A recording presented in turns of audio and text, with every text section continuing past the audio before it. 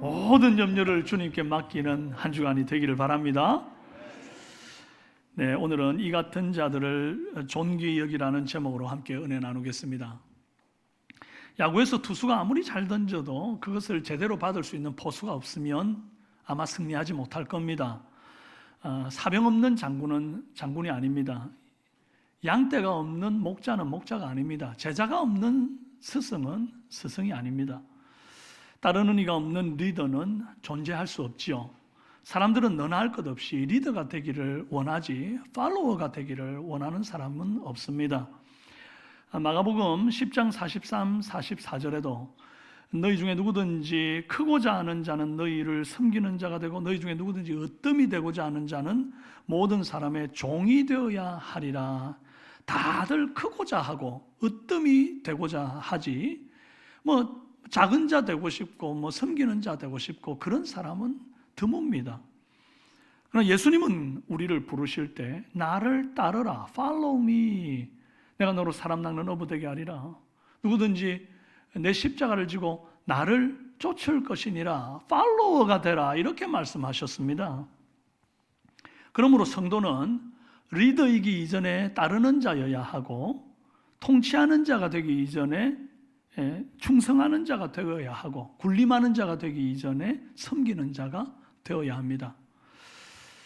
만왕의 왕이신 예수님도 섬김을 받으러 오신 것이 아니라 섬기려고 오셨다, 그렇게 말씀하셨습니다. 마가복음 10장 45절 인자에 온 것은 did not come to be served, 섬김을 받으려 함이 아니다 이 말입니다. but to serve, 섬기려고 왔다. 나 너희들에게 서비스하려고 왔다 이 말이에요. 서비스하려고 왔다. 이게 예수님의 태도입니다. 그래서 신자나 불신자나 공의 21세기 최고의 리더십은 servant 리더십, 섬김의 리더십입니다. 예수님을 닮은 리더십이죠. 이것을 한국식으로 말하면 머슴 리더십이라고 말할 수 있습니다. 요즘은 종 앞에도 이상한 수식어가 붙어가지고 큰 종, 위대한 종, 이런 등등의 수식어가 붙어서 그 뜻을 좀 희석시키는 경향이 있어요. 그런데 우리나라에 어떤 수식어를 갖다 붙여도 폼이 안 나고 전혀 커 보이지 않는 종에 대한 수식어가 있는데 바로 머슴, 마당쇠, 돌쇠 이런 겁니다. 그러면 이제 예수님의 말씀을 그대로 적용해서 보자면 누구든지 크고자 하는 자는 마당쇠가 되고 누구든지 으뜸되고자 하는 자는 머슴이 되어라, 돌쇠가 되어라, 그 말인 겁니다. 여러분, 오늘 우리 삼성교회는 돌쇠들로 충만하기를 바랍니다. 아멘. 머슴으로 충만하기를 바랍니다. 저부터 머슴 되기를 원합니다. 여러분, 오늘 본문 에스더서에는 우리가 모델로 삼기에 바람직한 종이 한 명 등장합니다. 바로 하닥입니다. 이 하닥은 우리나라 상황으로 보면 방자와 같은 역할을 하는 왕의 명령을 쫓는 내시입니다. 이몽룡과 성춘향 사이를 이어주던 방자를 아시죠? 사람들은 이 잘생긴 이몽룡과 어여쁜 성춘향에게 눈이 팔려가지고 다른 사람은 잘 눈에 안 들어옵니다. 그러나 생각해보면 성춘향과 이몽룡 사이를 이어주던 방자가 없었다고 한다면 둘 사이에 아무 역사도 일어나지 못했을 것입니다. 예, 방자야, 저 그네 타는 안악이 뉘신지 여쭈어라.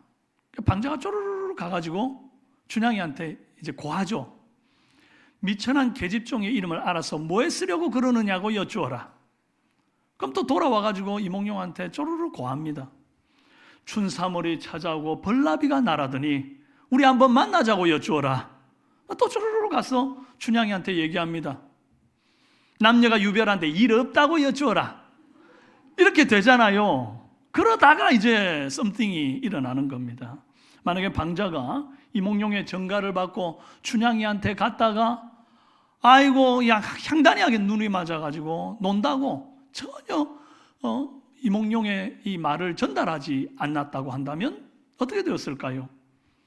또 둘 사이를 오며 가며 여쭈어라 너무 짜증나고 열받아가지고 그냥 나도 모르겠다 그냥 들어누워 버렸다면 어떻게 되었을까요? 그것도 아니면 아예 몽룡이 하라는 공부는 안 하고 주색 잡기에 빠져 있다면서 이몽룡의 아버지한테 그냥 이 방자가 가가지고 고자질을 하고 오히려 어렵게 만들었다면 어떻게 되었을까요? 해서 따지고 보면 방자가 충성된 종으로 주인이 한 말을 그대로 전달했기 때문에 이몽룡과 성춘향의 러브 스토리가 시작될 수 있었다는 것이죠. 여러분, 오늘 본문에서 유다인들의 법률이 다른 나라들과 달라서 절하지 않았다는 이유로 하만이 이제 앙심을 품고 모든 유다인들을 학살하려는 뜻을 품습니다. 그리고 왕에게 은 1만 달란트를 국고에 넣어줄 테니까 왕에게 하등 도움되지 않는 이 유다인들은 다 죽여버리게 허락해 주십시오 청을 넣습니다. 근데 왕이 별 생각 없이 그것을 허락해 버립니다. 이 은 1만 달란트라는 것이 유다인들이 1년 동안 페르시아 왕에게 내는 세금을 말하는 거거든요. 그럼 뭐 돈 들어왔으니까 됐다, 뭐 이런 식인 거죠. 그러나 왕은 그 돈 그냥 넣어두고 네 마음대로 해라, 이런 식으로 아주 쉽게 생각했단 말이에요. 그러고는 기분 좋게 앉아가지고 하만과 함께 술판을 벌이고 이제 비단금침에 잠을 잡니다. 대궐 안에서는 그렇게 콧노래를 부르고 편안하게 뭐 즐기고 있지만 대궐 밖에서는 에스더의 사촌오빠이자 그 아버지와 같은 그런 모르드게를 필두로 모든 유다인들이 지금 이제 다 127도에 내려온 유다인들을 죽여도 된다라고 하는 이 조서를 받아가지고 두려워 떨면서 정말 옷을 찢고 상복 같은 그런 굵은 베옷을 입고 송장처럼 드러누웠단 말이에요. 왕후 에스더는 대궐 바깥에서 동족들이 어떤 어려움에 처했는지를 전혀 알지를 못합니다. 그런데 왕궁 바깥과 궁 안을 오가는 시녀와 내시가 이제 에스더에게 이 바깥 사정을 알려줘요.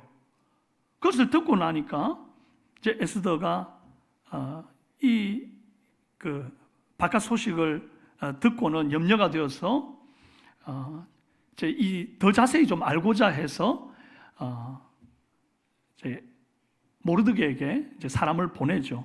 왕후가 되어버린 에스더는 대궐 바깥을 함부로 나갈 수 없는 처지이고, 또 모르드게는 굵은 베옷을 입었기 때문에 왕궁 안으로 들어올 수 없는 처지입니다. 왜 그런가 하니까 수산성 안에는 이제 뭐 재수 없고 부정 타는 이런 일들은 절대로 들여오지 못하는 법이 있어요. 그래서 굵은 베옷 같은 상복을 입고는 누구도 출입하지 못하는 법이 있었어요. 그러니까 이게 두 주연이 만나야 역사가 이루어지는데 만날 수가 없는 것이죠. 이때 하닥이라고 하는 방자가 조연으로 딱 등장을 합니다. 왕이 어명을 내려서 에스더를 섬기라고 붙여준 내시 하닥에게 에스더가 명령을 합니다. 사촌 오빠 모르드게에게 가서 굵은 베옷을 입고 금식하는 이유가 무엇인지 여쭈어라. 그러니까 이제 왕궁 대구를 지나서 모르드게에게 쪼르르 달려가가지고 그대로 고하죠.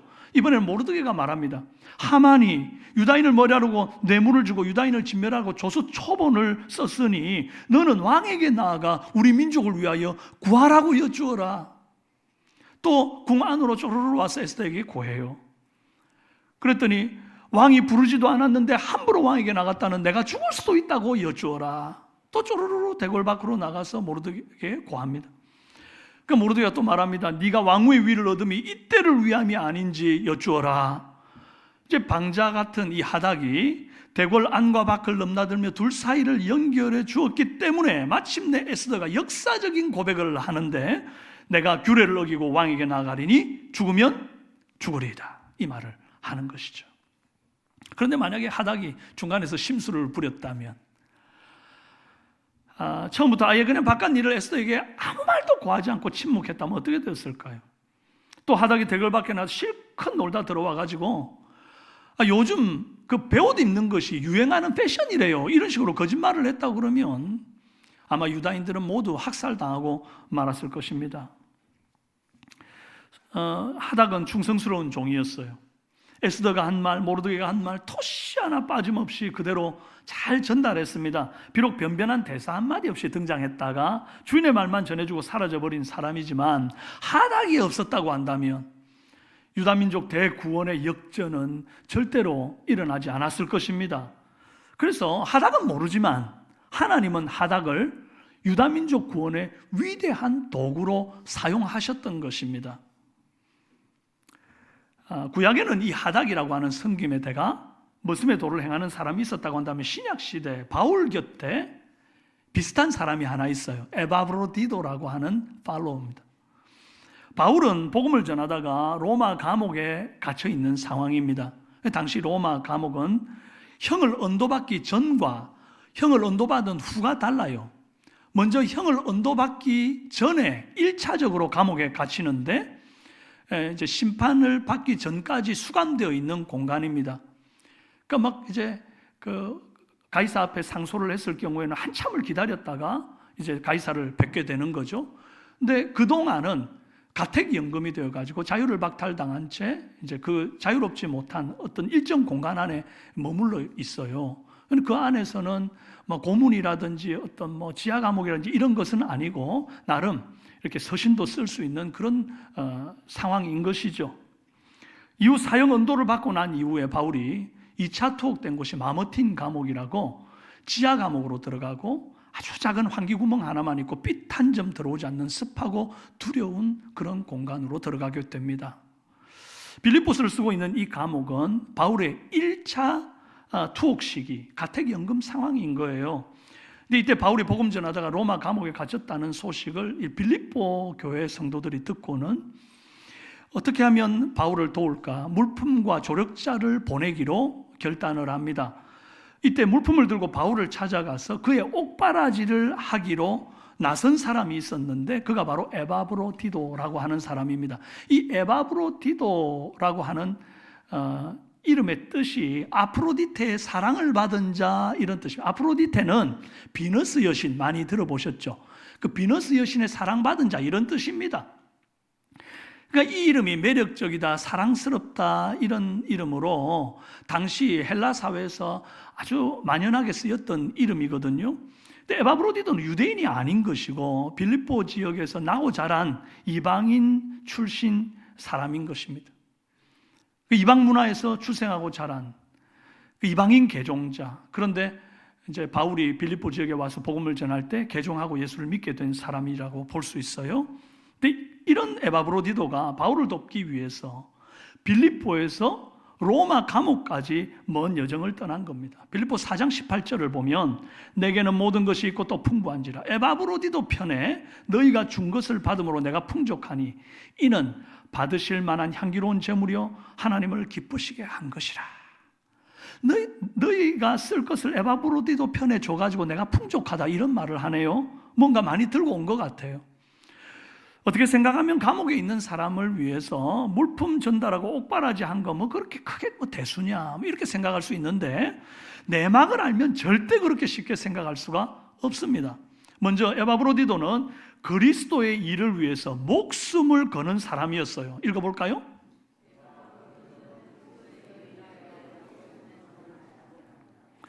유럽의 첫 성인 빌립보에서 바울이 수감된 로마 감옥까지는 자그마치 2,000km나 걸리는 아주 먼 거리입니다. 대구에서 서울까지 약 3번은 왕복하고도 더 남는 거리. 이 먼 거리를 또 그 당시 시대 상황을 생각해 볼 때 얼마나 그 도로 사정이 열악했겠습니까?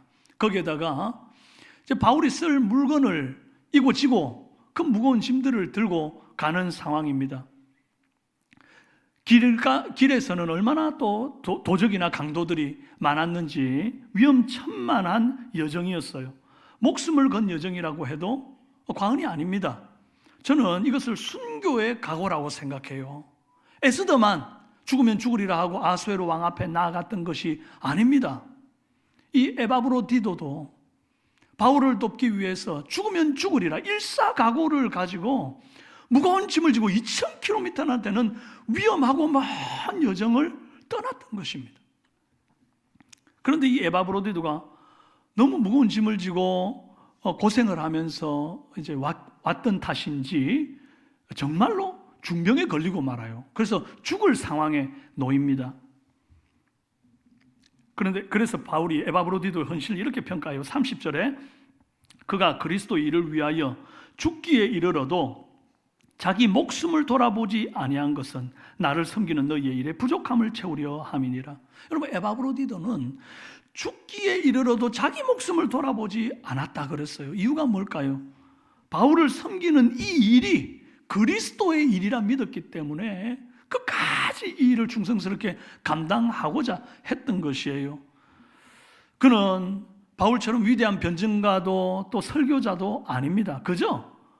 가진 건 몸 하나 튼튼한 거, 재산 이거밖에 없고, 남들보다 무거운 짐 들고 지구력 있게 멀리 걸어가는 거 하나는 자신이 있어서 그 빌립보 성도들 가운데, 많은 성도들 가운데 내가 하겠다고 이렇게 자원하여 나선 사람이란 말이죠. 그러나 에바브로디도는 이 바울에게 물품을 전달하는 이 일을 단순히 택배 전달하는 일 정도로 생각하지 않았습니다. 그것을 그리스도의 일이라 여겼던 겁니다.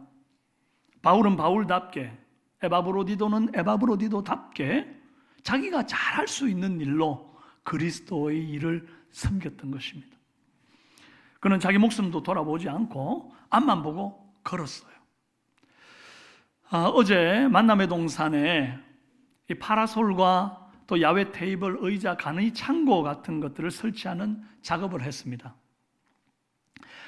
이 남전도회와 3남전도회가 이렇게 회원들이 힘을 합쳐가지고 아침부터 나와가지고 저녁까지 땡볕에 땀을 흘리면서 이렇게 작업을 했어요. 이유인즉슨 5여전도회에서 3주 전에, 공사도 아직 시작하기 전인데 여기에서 6월 첫째 주에 홈커밍 데이를 하겠다고 믿음으로 선포를 해버린 거예요. 그래가지고 막 발등에 불이 떨어진 마음으로 어찌든지 6월 첫째 주 이전에 이걸 끝내야 되겠다 하고 막 서둘렀던 겁니다. 그래서 지금 완공이 되어버렸어요. 그리고 이제 다 시설은 되었어도 또 뭐 이렇게 그늘을 만들어 놓고 앉을 의자나 테이블도 있어야 될 것 아닙니까? 그래서 그 작업을 어저께 우리 이남전도회, 3남전도회가 땀을 흘려가며 감당을 했단 말이에요. 어떤 분은 설계와 시공에 참여해 수고했고, 어떤 분은 헌물을 들여 수고했고, 어떤 분은 힘을 다해 시설물 설치를 도왔습니다. 이 모든 일이 내 일이 아니라 그리스도의 일이기에 마음 들여, 물질 들여, 수고와 땀을 들여 애쓴 것입니다. 하나님 나라 선교의 일이 어디 바울 혼자의 힘으로 되었겠습니까? 빌립보 교회 성도들의 헌신, 에바브로디도의 수고, 이것들이 모여서 결국 역사가 일어나는 거거든요.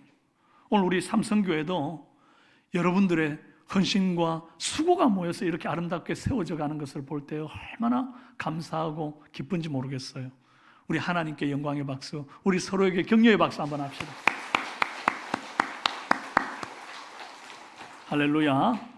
자, 다음으로 에바브로디도는 자신보다 성도들을 먼저 생각하는 사람이었습니다. 읽어봅시다.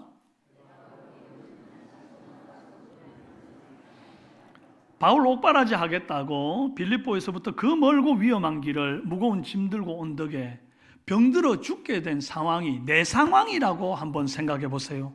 그럼 이거 그냥 쉽게 받아들일 수 있을까? 남 좋은 일 하다가 나 죽게 생겼는데 어쩌면 많은 사람들 중에 하필이면 나를 뽑아가지고 그 위험한 길로 내보낸 빌립보 교인들이 좀 원망스럽지는 않았을까? 아니면 내가 주의 일인 줄로 믿고 이렇게 힘든 일들을 자원해서 감당했는데 나를 죽이려 하시는 하나님이 원망스럽고 너무나 억울한 마음은 없었을까? 그런데 에바브로디도는 그런 마음이 눈꼽만큼도 없었음을 알 수 있습니다. 26절 현대인의 성경으로 보면 이런 내용이 있어요. 그는 여러분 모두를 그리워하고 있으며 자기가 병든 것을 여러분이 알게 되었다고 걱정하고 있습니다. 이 에바브로디도의 사정이에요. 에바브로디도는 빌립보 성도가 너무 그리운 거예요. 그냥 아프면 원래 부모님 그립고 고향 그립고 그러잖아요. 타지에 있을 때 말이죠. 지금 빌립보에서 로마까지 와가지고 아프고 지금 죽을 상황이 되니까 그렇게 고향이 그립고 빌립보 성도가 그리운 겁니다. 그리고 또 한 가지가 뭔고 하니까 자기가 아파서 지금 죽게 되었음을 빌립보 교회, 고향 교회 성도들이 지금 듣고는 걱정하는 그것이 에바브로디도에게 걱정이 또 된 거예요. 자기 아픈 거는 뒷전이고 자기를 걱정하는 고향교회 성도들을 더 걱정하는 이 에바브로디도를 한번 보십시오. 하나님은 이렇게 착한 마음, 아름다운 마음을 가진 에바브로디도들을 그냥 죽도록 내버려 두지를 않으십니다. 27절, 그가 병들어 죽게 되었으나 하나님이 그를 긍휼히 여기셨고 그뿐 아니라 나를 긍휼히 여기사 내 근심 위에 근심을 면하게 하셨느니라. 하나님이 그를 긍휼히 여기셨. 의사도 약도 없는 그 로마 감옥 안에서 그를 회복시키고 치유시키시는 그런 기적을 베풀어 주셨습니다. 이것은 또 바울을 긍휼히 여기는 일이기도 했어요. 사실 바울이 에바브로디도 때문에 얼마나 노심초사했겠습니까? 자기를 돕겠노라고 막 온 짐을 이고 지고 그 먼 거리, 그 위험천만한 거리를 온 덕분에 죽게 되었다. 실제로 덜컥 죽었다고 생각해 보세요. 그러면 얼마나 바울이 빌립보 성도들한테 미안하고 에바브로디도 가족들한테 면이 안 서겠습니까? 그래서 참 그렇게 마음에 근심하게 되었는데 하나님이 내 근심을 면하게 하셨다. 다행이다. 그래서 이제 바울은 더 이상 에바브로디도를 자신의 옥바라지 하도록 붙잡아 두지를 않고 얼른 이제 빌립보로 돌려보내려고 합니다. 사실 엄밀하게 말하면 에바브로디도의 사역은 절반의 성공이라고 볼 수 있습니다. 에바브로디도에겐 두 가지 사명이 있었죠. 하나는 바울이 로마 감옥에서 잘 견딜 수 있도록 물품을 전달해 주는 것이에요. 이건 성공했습니다. 그러나 두 번째가 계속 그곳에 체류하면서 바울의 옥바라지를 잘 감당하는 것인데 도착하자마자 중병에 들려가지고 바울을 오히려 근심시키고 짐만 대다가 이제 이렇게 빨리 돌아가게 되었으니 더 중요한 이 사역을 못 이루고 가게 된 것이죠.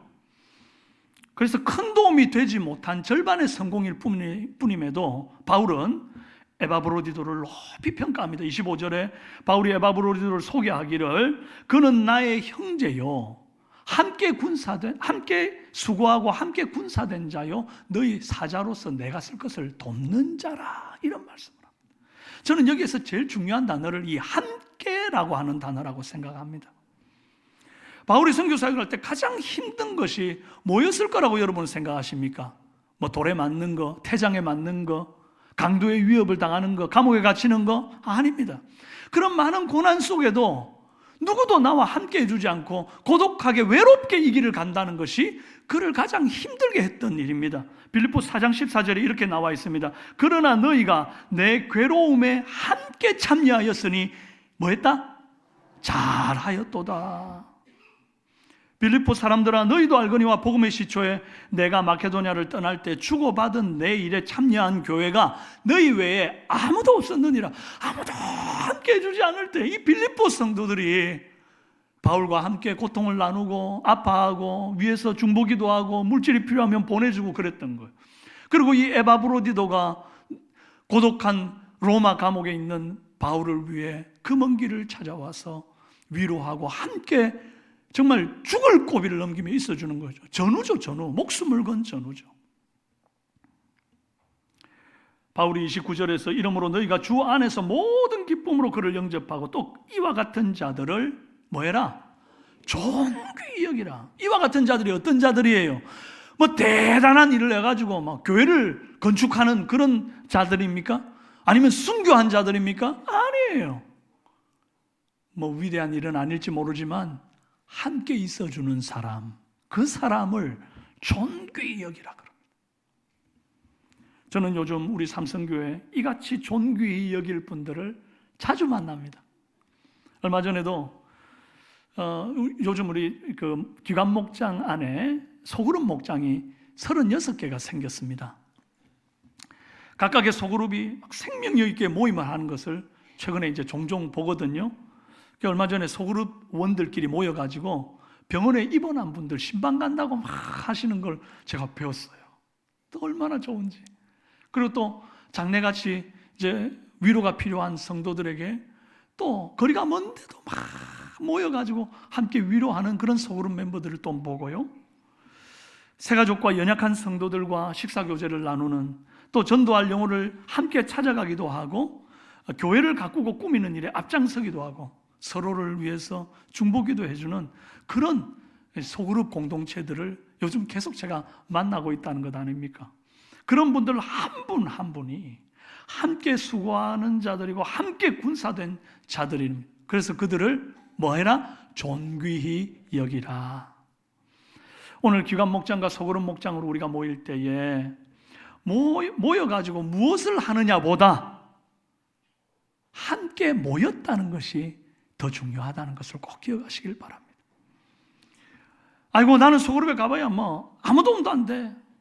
나 더 바쁜 일이 있어서 안 되겠어. 그러고는 뒤로 물러서지 마십시오. 장기에는 장군만 있는 게 아닙니다. 장군 옆에는 포도 있고 마도 있고 상도 있고 앞에는 정말 보잘것없는 쬐끄만한 쫄들도 있습니다. 그런데 여러분, 장기를 진지하게 둬본 분들은 알아요. 이 졸들이 점점 전진해 와가지고 장군을 잡아먹으려고 할 때 그 압박감과 두려움을 알아요. 여러분, 장군이 아니면 어떻습니까? 에스더처럼, 바울처럼 주목받지 못하는 주연 아니면 좀 어떻습니까? 하닥이면 어떻고 에바브로디도면 어때요? 하닥같이 대사 한마디 없이 등장해서 주인의 말만 앵무새처럼 전달하다가 사라지는 엑스트라 같은, 조연 같은 인물이라도 좋습니다. 에바브로디도처럼 바울 쓸 것을 공급하고 절반의 순종으로 옥바라지 끝까지 다 못하고 돌아와서 뭐 위대한 일을 못했다 할지라도 괜찮습니다. 에스더 혼자 싸우도록 하지 않고, 바울 혼자 싸우도록 하지 않고 함께 수고하고 함께 군사되어 있어준 그 함께함이 소중한 줄로 믿습니다. 여러분의 목사인 제가 혼자 싸우도록 내버려 두지 마십시오. 여러분의 기관 목장, 소그룹 목장의 목자들을 혼자 싸우게 하지 마십시오.